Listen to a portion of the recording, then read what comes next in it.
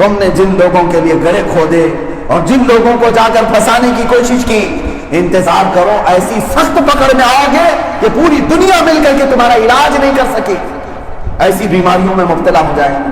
ہم نے دیکھا ہے ایسے لوگوں کو، میرے عزیزوں تجربہ شاہد ہے، وہ ایسی خطرناک بیماریوں میں مبتلا ہوئے کیونکہ وہ رب کے غضب میں آ گئے، اللہ کے قہر میں آئے۔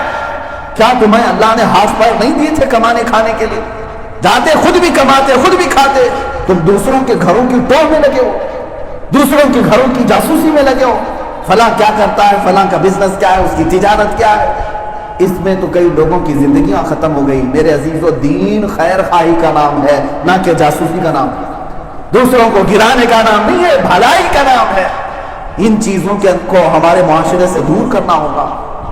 آج تو لوگ ایسے لوگوں کو بھی عزت سے بٹھا رہے ہیں، ایک زمانے میں مجرا کرنے والوں کو بہت عیب سے دیکھا جاتا تھا، آج وہ اسٹار بنے ہوئے، ہاں وہ اسٹار ہیں، کسی فنکشن میں چلے جائیں ان کے لیے بھیڑ ہے، مجرا کرنے والے اور اسی طرح جاسوسی کرنے والے اب بڑے اسٹیجوں پر بیٹھے ہیں۔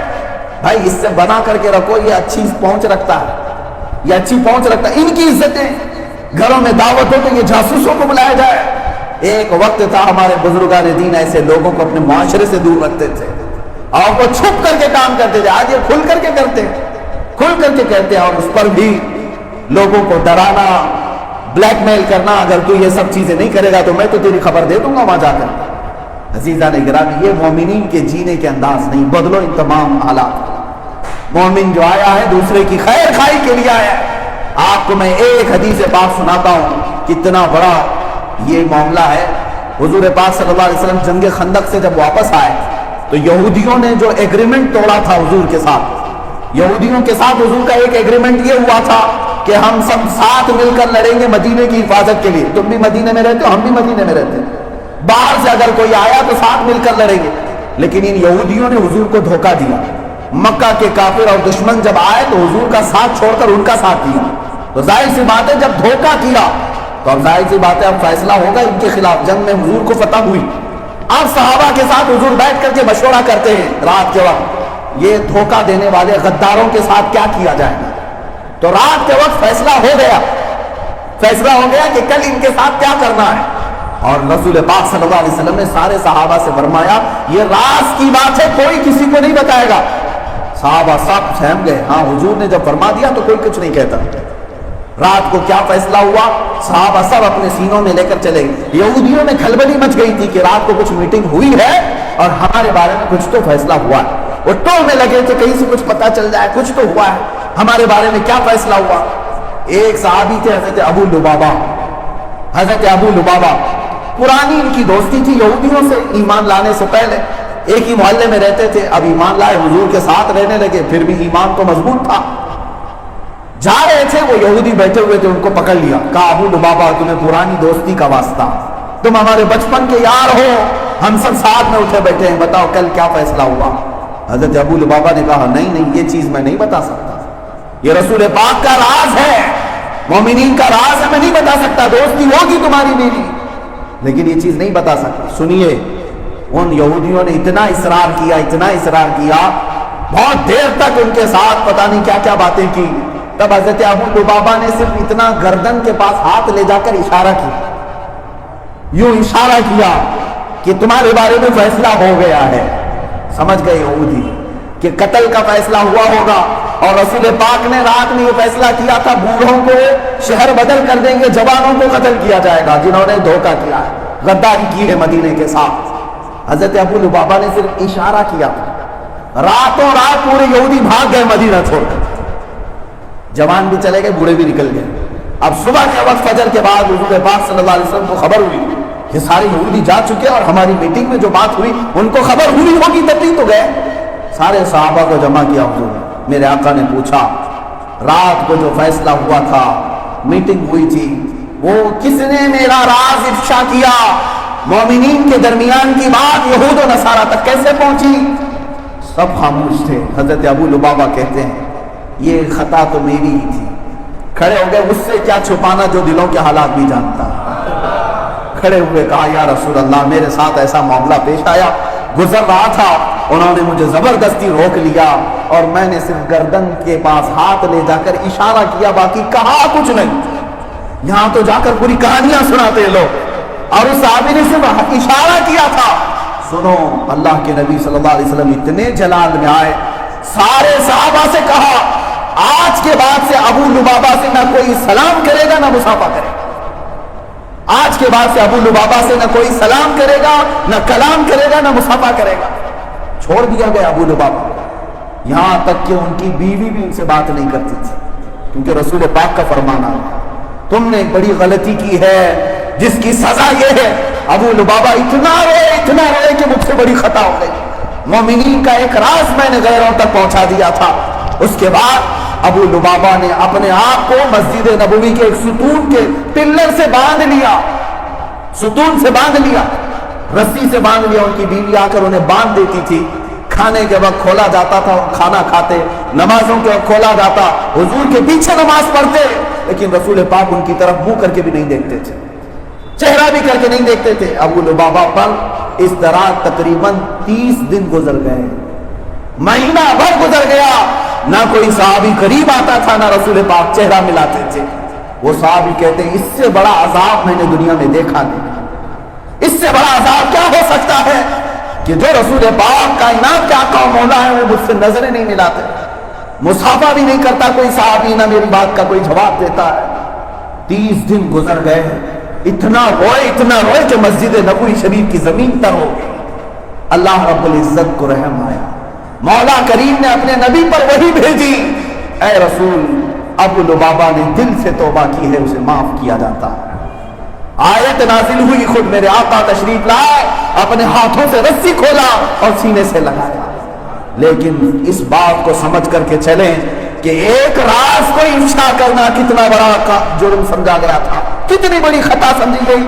خود رسول پاک جو رحمت للعالمین ہیں، سلام کلام کو قطع کر دیا، ان کو بائیکاٹ کر کے رکھا گیا۔ آج مسلمان اس کو ہلکا سمجھنے لگ گئے، مسلمانوں کے رازوں کو لے جا کر کے دوسروں تک پہنچانا اور انہیں سزائیں دلوانا، ان کو جیل کی کوٹھری تک پہنچانا۔ عزیزان گرامی، وہ کہا ہاں اگر کوئی قانونی جرم کرتا ہے تو اس کی بات تو بتائی جائے گی، یہ بھی خیر خواہی ہے۔ اگر کوئی چوری کیا ہے تو آپ جا کر خوشی سے بیان کریں کہ یہ چور ہے، اس لیے کہ اس کی اصلاح ہو جائے۔ اگر کوئی کسی لڑکی کو اٹھا کر لے جا رہا تھا، یہاں خیر خواہی نہیں ہے، جا کر کے ہم بتائیں گے کہ اس نے فلاں کے ساتھ ظلم کیا ہے، اسے انصاف ملنا چاہیے، مظلوم کو انصاف ہو، ظالم اگر میرا بھائی بھی ہے تو اسے عدالت میں لے جانا چاہیے۔ ان معاملات میں آپ کر سکتے ہیں۔ غیر قانونی کوئی کام کر رہا تو آپ خوشی سے اس کو کٹہرے تک لے جائیں، لیکن کچھ لوگوں نے تو بزنس بنا رکھا ہے مسلمانوں کے مخبری کرنا، جا کر کے جاسوسی کرنا، زبردستی ان کے بزنس اور ان کے دھندوں کو چوپٹ کرنا۔ ان تمام چیزوں سے باز آؤ۔ آج حالات دیکھیں، متحد ہوگے، شاعر نے کیا خوب کہا ہے، متحد ہوگے تو کہلاؤ گے مومن و غازی، منتشر ہوگے تو قسطوں میں صفایا ہو۔